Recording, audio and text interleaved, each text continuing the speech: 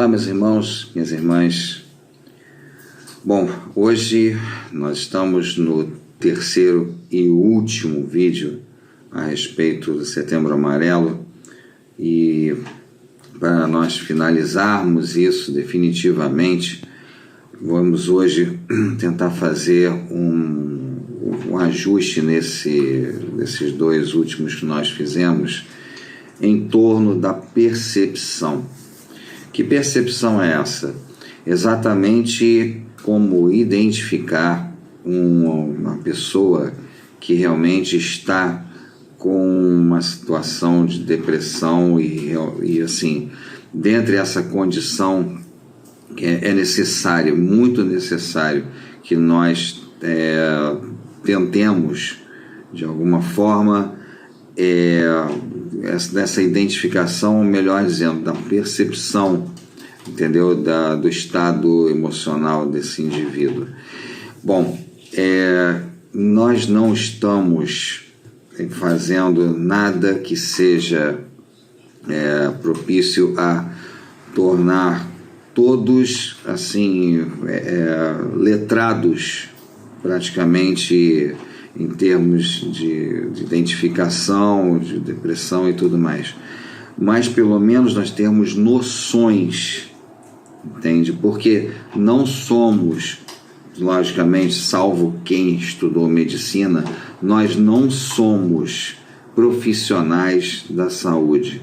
Então, vamos dizer assim, nosso objetivo dentre essas situações todas que foram passadas é exatamente a de nós melhorarmos a condição de atendimento dessas pessoas, a melhorarmos a condição desses indivíduos e, logicamente, sabendo, pelo menos de parte, identificar essas condições, nós sim poderemos estar encaminhando essa pessoa de uma forma mais, vamos dizer assim, mais contida, uma forma mais sucinta e, lógico, sem, vamos dizer assim, sem prejuízo nenhum a essas situações.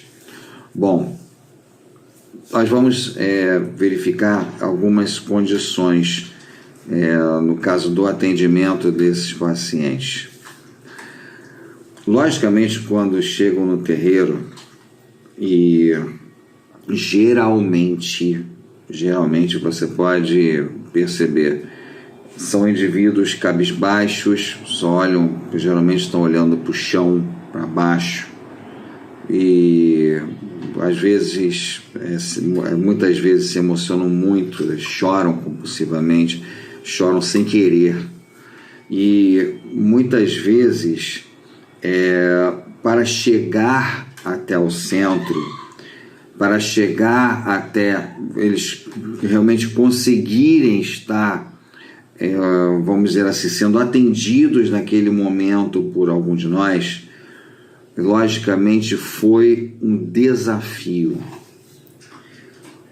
Como assim um desafio? Lembra que eu falei no vídeo passado, se não me falha a memória, nos pés tem amarrados a seus pés tornozeleiras de mais ou menos 50 quilos, que é uma dificuldade para tudo, e qualquer situação, qualquer objetivo que nós tenhamos de ir ao banco e fazer compras, sair com a família, ou então fazer alguma coisa a nosso favor, é um custo muito alto, porque ele não tem forças, as forças simplesmente se esvaíram, e isso é muito complicado, porque é aquilo que você tem que se esforçar, você falar isso para o indivíduo, você tem que se esforçar, isso é um tiro que você dá nele. Isso é um verdadeiro tiro que você dá no depressivo, é você dizer, você tem que reagir, você tem que sair disso, você tem que, o tem que ele não tem como. Por isso é necessário sempre a ajuda do profissional, mesmo sumariamente, sem qualquer hesitação. Não adianta, porque só o trabalho espiritual, sem o trabalho científico, médico-científico, e logicamente o trabalho científico, médico, sem a ajuda da espiritualidade, não adiantam nada.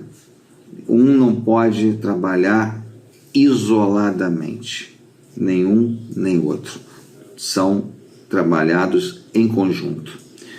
Então, quando esse paciente chega no terreiro, geralmente, conforme eu já disse, eles estão nessas condições e, vamos dizer assim, o mundo para eles é cinza.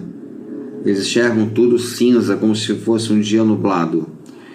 Eles, na realidade, quando observam essas situações, quando chegam até o guia, né, quando chegam para ser finalmente consultados, depois de serem arrastados, geralmente é parente ou então um amigo muito íntimo, eles pegam pelo braço e vamos lá, vou te levar agora, né? Vamos lá que eu vou pegar o carro, vou te levar lá, entendeu?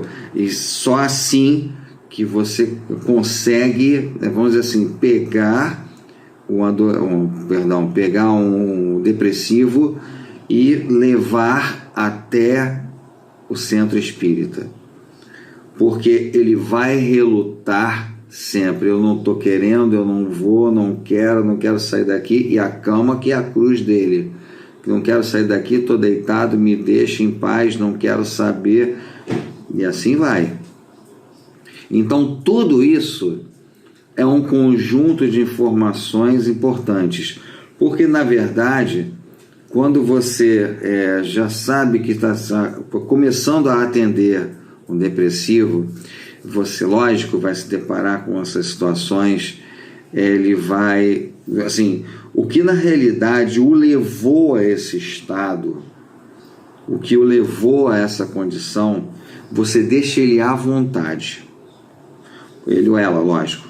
Mas como assim à vontade? Se ele não quiser contar o motivo pelo qual ele está daquele jeito, ele não irá contar. Agora, se ele sentir, vamos dizer assim, firmeza nesse atendimento, se ele sentir em casa à vontade, ele vai botar para fora aquilo que ele está engasgado. Ou foi alguém que faleceu, alguém que lhe fez um problema muito grave, simplesmente a demissão dele da empresa, por circunstâncias, enfim, que aconteceram lá com a situação dele mesmo, enfim, ele vai chegar a um ponto que, lógico, ele vai botar para fora, mas isso somente se ele tiver realmente uma segurança. E por isso que nós temos que trazê-lo. Como assim trazê-lo?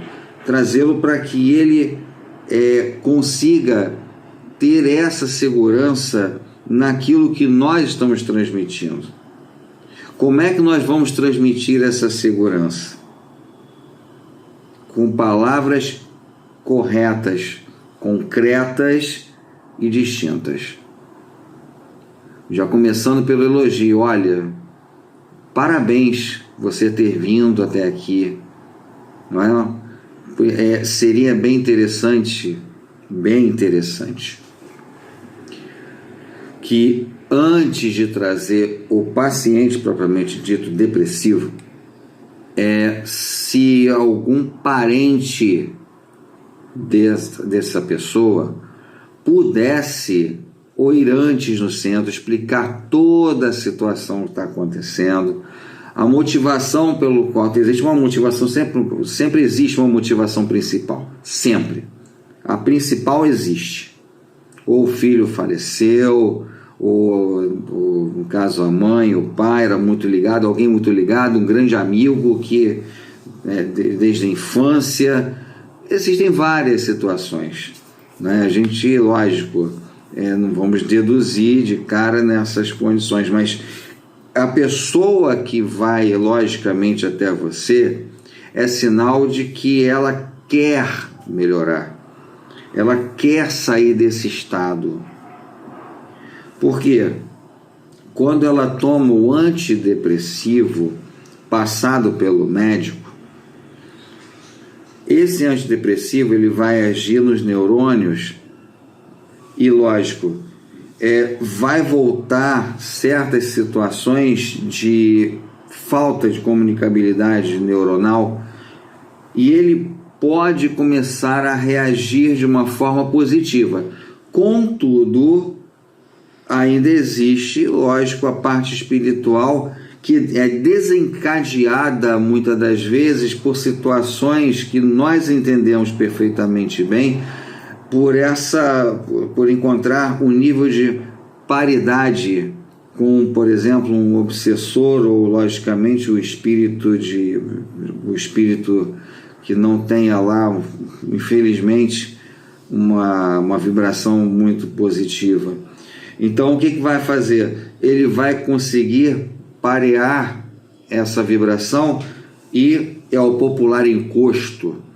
Vai ficar ali porque viu naquele sujeito, ou então ele é um inimigo do passado, reencontrou o seu algoz, entendeu? Tem uma série de situações, podem ser N situações distintas. Quer dizer, fora a condição depressiva do estado mental em que ele se encontra, pelo fato, logicamente, neurológico, ainda existe a condição espiritual, porque, lógico, que, vamos dizer assim, a situação é muito interligada, muito interligada.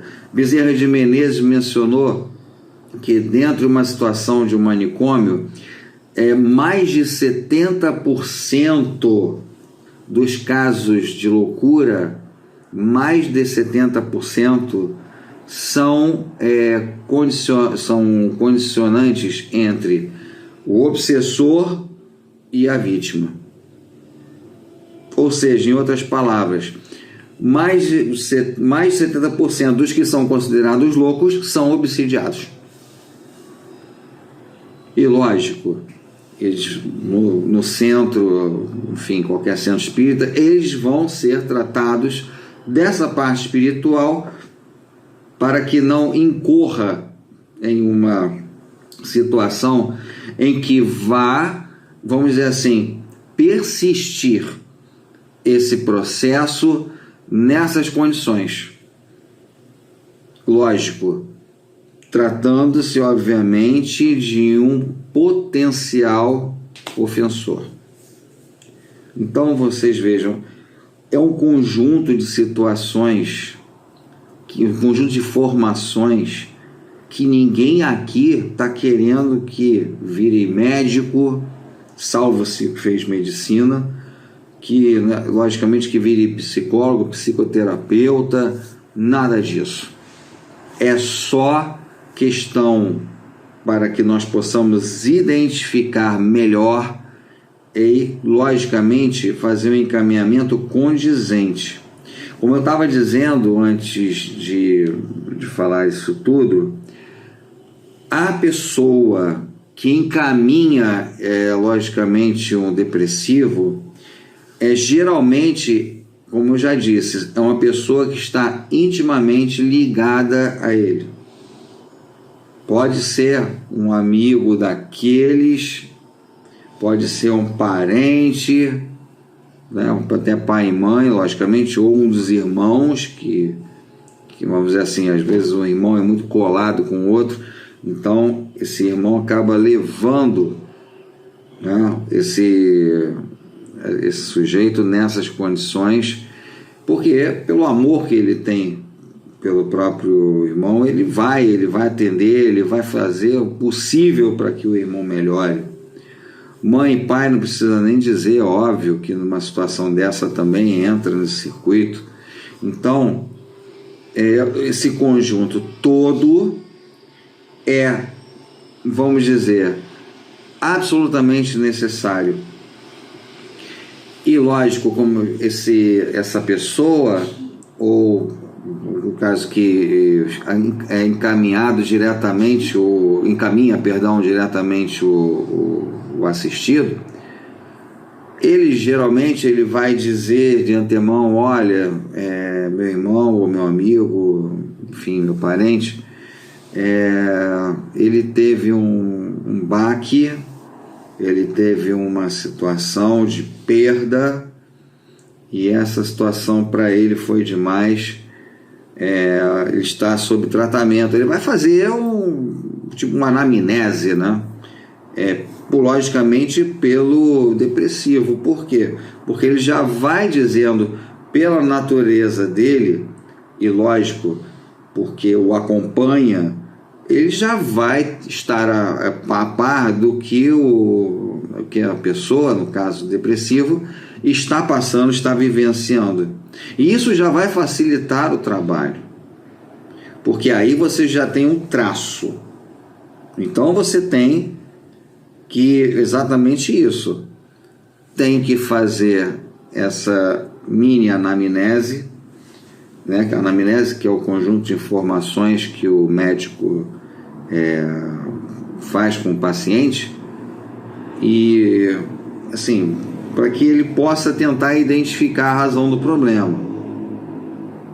Então, às vezes, um paciente chega no médico, por exemplo, e fala assim, pô, eu tô com dor de cabeça e tal, mas não passa e tal. Aí ele já começa logo com uma série de situações. O seu sono é bom? Não. Você fuma? Bebe? Faz uso de drogas? Certo. E outras situações assim, e no seu trabalho, algum aborrecimento, alguma situação, você sente dor, só dor de cabeça, como é que você sente, como é que é essa dor de cabeça? Então essa é a anamnese, exatamente aquilo que o médico vai descrevendo, aí lógico, depois através daquele conjunto de informações ele pode vir a fazer as suas deduções. Então, esse indivíduo que anda com o paciente, que anda com o depressivo, ele já está apto a fazer isso. Não precisa do próprio depressivo fazê-lo, até porque, até para ele falar lhe custa. O depressivo, até para ele falar, é um sacrifício enorme.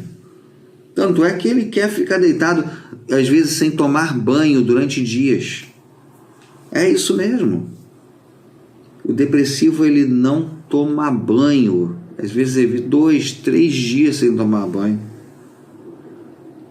Isso é fruto de uma realidade que é absolutamente concreta. Infelizmente, é uma condição que o próprio ser humano passa em detrimento, lógico, a tudo que está acontecendo. Existe uma sensibilidade maior da falada geração Z também, porque a geração que hoje está com, sei lá, 22, 23 anos, essa geração, ela tem tendências a, vamos dizer assim, a se deprimir mais facilmente. Por exemplo, a minha, se não me fala, salvo melhor juízo, a minha geração é a geração X. Ainda teve a geração Z, aí depois é uma série de gerações que vão acontecendo nessas condições e fazem com que esses indivíduos hoje, eles na realidade tenham uma tendência maior, uma condição maior de entrar sumariamente em depressão. Então, essas séries de situações são para quê, afinal de contas? É para entendermos e traçarmos uma linha tangente ali dentre as condições que foram passadas e aquilo que você percebeu delas. Aí é que está a situação mais delicada. Porque, na realidade, para que você possa, vamos dizer assim, entrar com as palavras corretas, fazer com que ele se sinta bem, fazer com que ele possa, através da sua identificação, ter condições de realmente parar para pensar, aí já começa toda uma mudança. Mas essa explanação, muitas das vezes, pode fazer com que você entenda que é necessário, mas ao mesmo tempo você fique confuso de como fazer. É assim. Mas não se preocupe, porque a espiritualidade, ela não brinca em serviço. E certamente, no momento em que isso estiver acontecendo, através da intuição, lógico, através do próprio guia, não é? Até você, lógico, ali, mesmo que você já esteja incorporado e o seu guia vai falando, ele já está sendo intuído pela condição dele, o que está levando aqueles reflexos, quais são as palavras que têm que ser atribuídas naquele momento para essa criatura, certo? Situações que muitas das vezes são dificílimas, porque a pessoa, às vezes uma criança, um adolescente cai em depressão porque o pai ou a mãe se mataram, cometeram suicídio, aí simplesmente aquela pessoa era um esteio da família, que era, por exemplo, uma pessoa formidável, maravilhosa, que não tinha ninguém na família que dissesse: "Ah, meu Deus do céu, eu não aguento". Não, ele era benquista, ou ela era benquista, onde ela fosse ou ele fosse. Então, esse tipo de situações, realmente é preciso uma didática melhor. É preciso um entendimento melhor. Porque muitas vezes muitas das vezes do próprio médico, do próprio psiquiatra, às vezes isso não é possível. Muitas das vezes fazem a situação através da, aspas, produção. Entrou no consultório, vambora, toma isso, toma aquilo outro e acabou, tchau. E assim vai, rolando frouxo. Aí, o que ocorre? Esse adolescente ou essa adolescente acabam, na condição que eles estão, não absorvendo esse ensinamento, essa condição, e isso vem depois a cobrar um preço muito alto, a fazer uma situação que vai, infelizmente, culminar em uma condição completamente irreversível. Outra coisa, todas as vezes que vocês, quando não estiverem incorporados, lidarem com algum depressivo, principalmente dentro do centro, não recomendem em hipótese alguma, nenhum profissional. Nenhum. Médico, nenhum psicólogo, nenhum psiquiatra, não façam isso. Porque assim, eu tenho um mecânico que mexe no meu carro.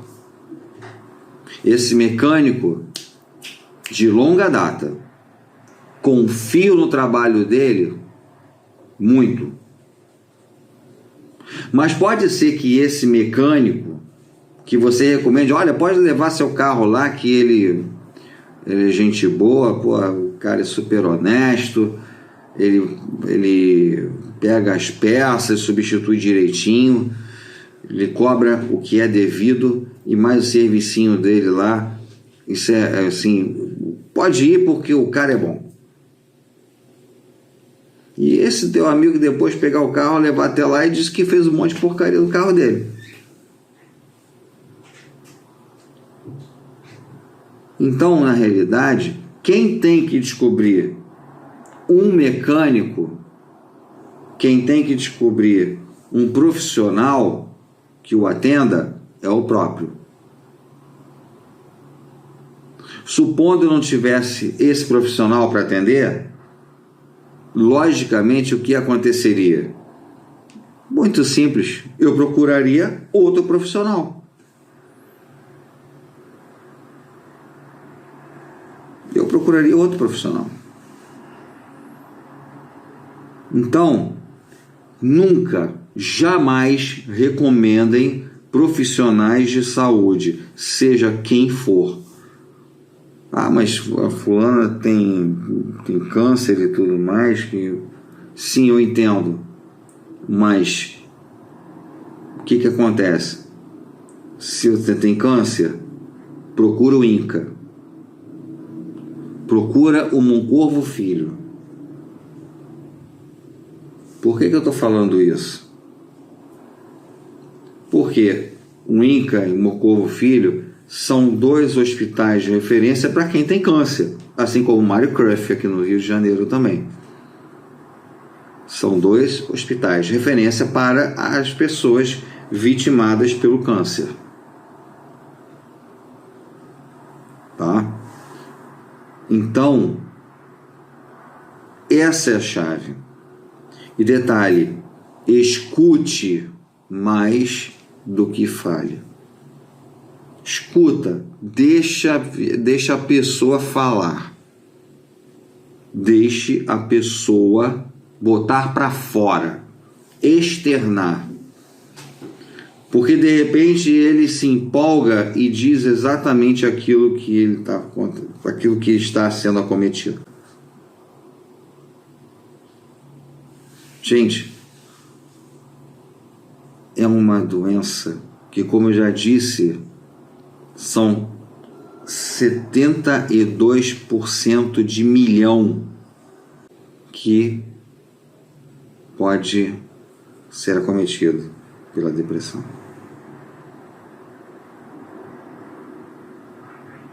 Isso é assustador. Os profissionais de saúde, psiquiatras, psicólogos, não estão dando conta. Não estão dando conta de tanto atendimento, de tanto problema. Isso, gente, é muito triste.